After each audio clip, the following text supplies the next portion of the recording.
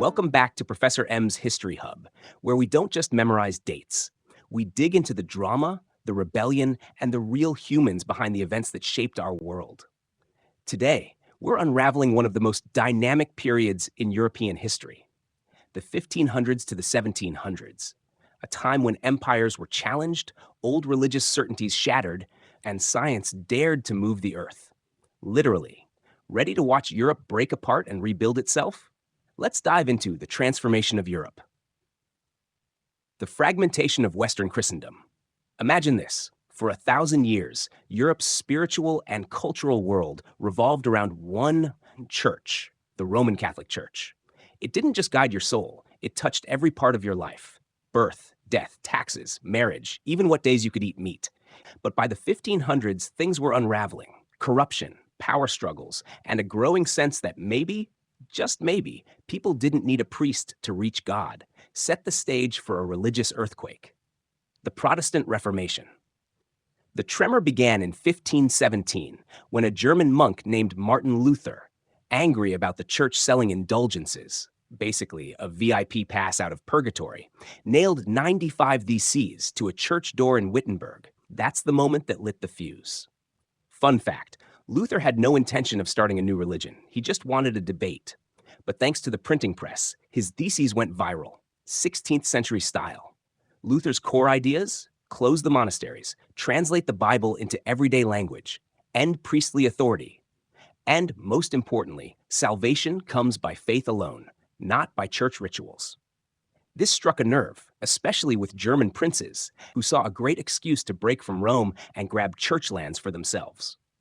Meanwhile, in Switzerland, a French lawyer named John Calvin was building his own Reformation. His Geneva became a kind of theocratic city-state, no dancing, no gambling, and definitely no fancy clothes. Calvinists believed in predestination. God already knew who was saved, and it sure wasn't everybody. Across the Channel, the English Reformation had less to do with theology and more to do with a royal midlife crisis. Henry VIII wanted a male heir. His wife, Catherine of Aragon, wasn't delivering. The Pope refused a divorce, so Henry said, "Fine, I'm the Pope now." And just like that, the Church of England was born. The Catholic Counter-Reformation. The Catholic Church wasn't going down without a fight. It launched its own reform movement to clean house and win back hearts and minds. The Council of Trent, 1545-1563, reaffirmed core Catholic beliefs but banned abuses like selling indulgences. Enter the Jesuits, founded by Ignatius Loyola, a former soldier turned spiritual warrior. Jesuits became the church's most elite special forces, teachers, missionaries, and, frankly, spies. Jesuits were so effective that Protestant rulers sometimes banned them outright. Too smart, too persuasive. Witch hunts and religious wars. As Europe split religiously, it also cracked socially. Enter the witch hunts. From the 15th to 17th century, over 110,000 people were tried for witchcraft.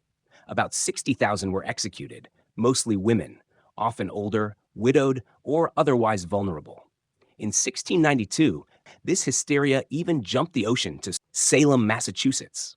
And then there were the wars. In France, Catholics and Protestants clashed for 36 years. In England, Philip II of Spain launched the massive Spanish Armada in 1588 to bring England back to Catholicism. But storms and English cannons sent him home humiliated. The grand finale? The 30 Years' War, 1680-1648. What started in Bohemia as a fight over religion became a full-blown European war that killed a third of Germany's population. It was, in many ways, Europe's first modern war. Sovereign states and the failure of empire. In all this chaos, monarchs saw opportunity. If religion could no longer unify people, maybe the state could. The Habsburgs, a powerful dynasty, tried to revive the Holy Roman Empire. Their star? Charles V, who ruled land from Austria to Peru. But despite his empire's size, Charles couldn't hold it together. Too many languages, too many rebellions. The Spanish Inquisition. Let's talk fear. The Spanish Inquisition, launched in 1478, wasn't just about rooting out heresy. It was about control. Jews, Muslims, and even recent converts were targets. Suspected of secretly practicing old faiths, they faced torture, public executions, and the infamous auto da fe, public penance ceremonies that sometimes ended in flames. Constitutional states, not every monarch got their way. In England, the English Civil War, 1642 to 1649, pitted Cavaliers Royalists against Roundheads, Parliament. The Roundheads won. King Charles Thirst lost his head. Later came the Glorious Revolution, 1688. No blood this time, just a parliamentary coup that brought in William and Mary with a deal: no ruling without parliament.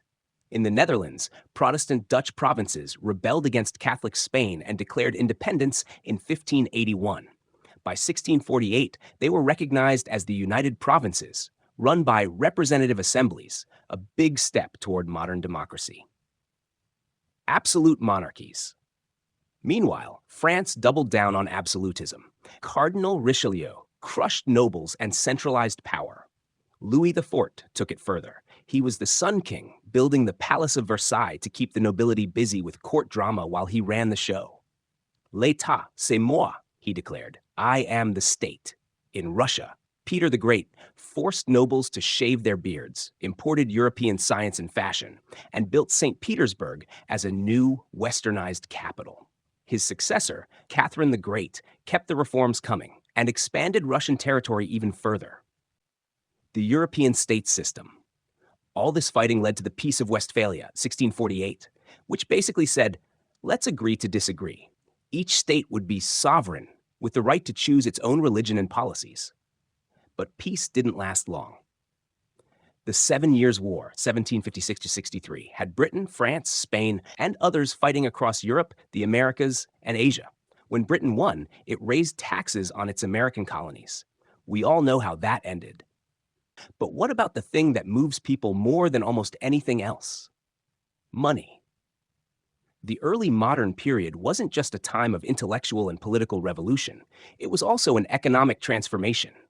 Europe was becoming a capitalist society, and that started, interestingly enough, with food, the Columbian Exchange and the Potato Revolution. When Columbus stumbled upon the Americas in 1492, he didn't just find gold, he found calories.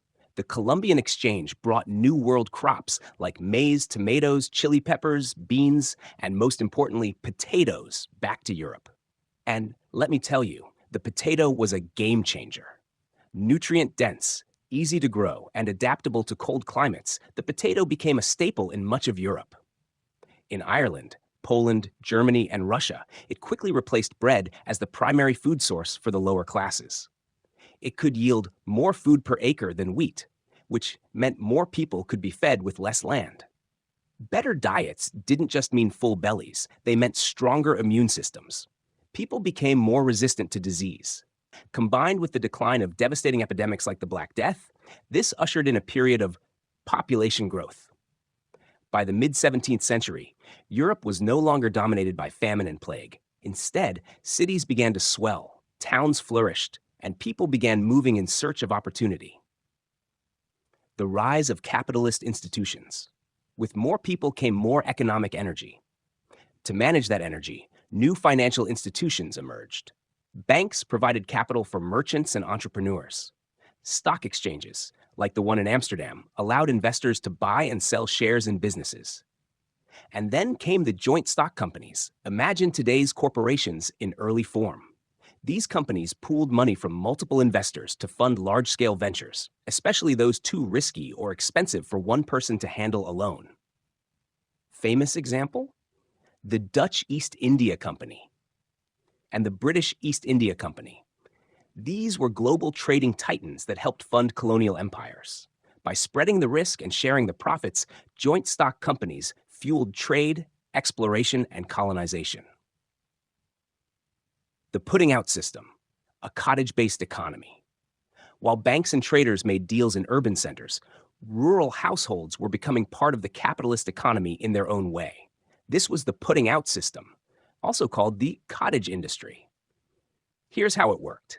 Urban entrepreneurs would deliver raw materials, say wool or cotton, to rural families. These families would spin, weave, or sew the materials into finished products, often textiles. The entrepreneur would then collect the goods, sell them in the market, and repeat the cycle. It was efficient, decentralized, and cheap. Why? No need to build a factory. No need to pay wages, just a small fee per piece. And for rural families, it meant extra income during slow farming seasons. Think of it as pre-industrial freelancing. The household was your workspace, and your loom was your gig tool. This system broke the grip of the medieval guilds, which had tightly controlled who could produce what, where, and how. Guilds couldn't compete with the flexibility and cost-effectiveness of the putting out model. Adam Smith and the morality of markets. Of course, as capitalism grew, so did debates about its meaning and morality. Was it fair? Was it sustainable? Would it lead to prosperity or chaos? Enter Adam Smith, a Scottish philosopher and economist, who in 1776 published one of the most influential books in history, The Wealth of Nations. In it, Smith argued, the economy works best when individuals pursue their own self-interest in a free market. When each person acts to maximize their gain, the invisible hand of the market ends up guiding resources to their most efficient use. Government should play a limited role, protecting property, enforcing contracts, and maintaining order, but not meddling in prices or production. His famous line, "It is not from the benevolence of the butcher, the brewer, or the baker that we expect our dinner, but from their regard to their own interest." Smith also believed capitalism would ultimately lead to greater wealth and innovation, though he acknowledged it could also create inequality and hardship if left completely unchecked. All right, folks, buckle up, because we're leaving the politics and pulpits behind and blasting off into the cosmos. The scientific revolution, stretching roughly from the mid-1500s to the early 1700s, didn't just change how people did science. It redefined what knowledge even was. This was about more than telescopes and equations. It was a full-on revolution in human thought. Let's meet the heavy hitters. First up, Nicolaus Copernicus, a Polish astronomer and church official. He quietly published his life's work on the revolutions of the heavenly spheres in 1543, the year he died. Smart move, since it kept him from the wrath of the church. Here's what he proposed: the heliocentric theory. The sun, not the Earth, is at the center of the universe. Earth rotates on its axis and revolves around the sun. The motions of the planets make more sense when we ditch the Earth-centered model.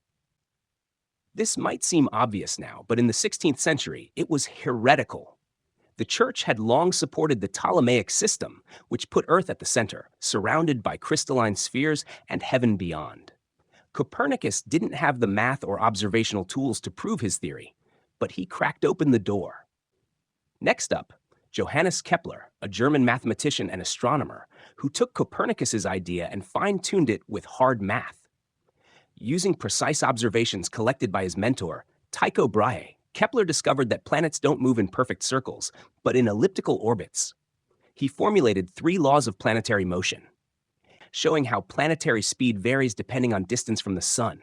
He also hinted at a force, gravity, that might govern these motions. Newton would pick up that torch later. Kepler was a deeply religious man who saw his laws as revealing God's design, proof that science and faith weren't always at odds. Now here comes Galileo, Italian physicist, astronomer, and full-time troublemaker. He perfected the telescope and used it to observe the moons of Jupiter, the phases of Venus, and the craters of the moon. This crushed the old idea that heavenly bodies were perfect and unchanging.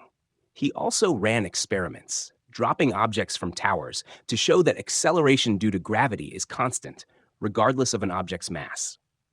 But here's the kicker. Galileo publicly defended Copernican heliocentrism, and that landed him in hot water with the Inquisition. He was tried for heresy in 1633 and famously forced to recant. Legend has it, after recanting, he muttered, "E per si muove," and yet it moves. Whether true or not, it captures the spirit of the age. Truth was emerging, even if the powers that be weren't ready for it. If Galileo was the rebel, Isaac Newton was the unifier.